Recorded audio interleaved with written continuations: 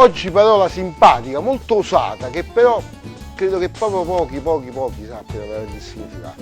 È capitato mai di dire leva da sottostante la porta, sposta da sottostante la porta, oppure mettiti sottostante la porta. Vediamo un po' che ne pensano i nostri amici.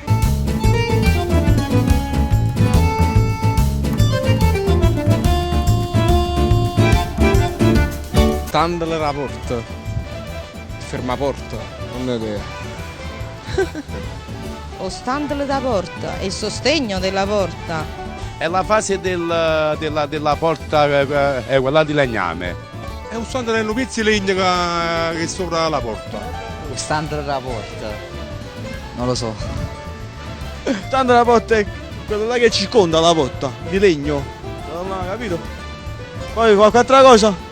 Vediamo un po' di analizzare la parola standolo o stantero. Nella pronuncia è standolo, si capisce poco perché ognuno lo pronuncia con la T, con la D. Comunque standolo della porta, spesso, mi ricordo quando ci fu il terremoto, uno per sicurezza a mettere sotto un standolo della porta, che praticamente sarebbe la cornice della porta, la cornice di legno, o standolo della porta, la parte alta.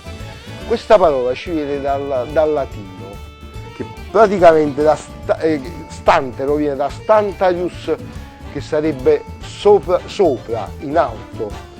E esisteva anche una parola stantalora che praticamente indicava la piccola trave che praticamente nelle costruzioni i latini, i romani usavano per mettere sopra le aperture che poi c'era all'ingresso, quando anche non ci stavano ancora le porte.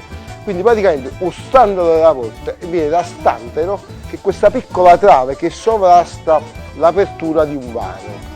E si vede un terremoto tutti sotto standolo della porta. Io posso più sicuro. Parola mia.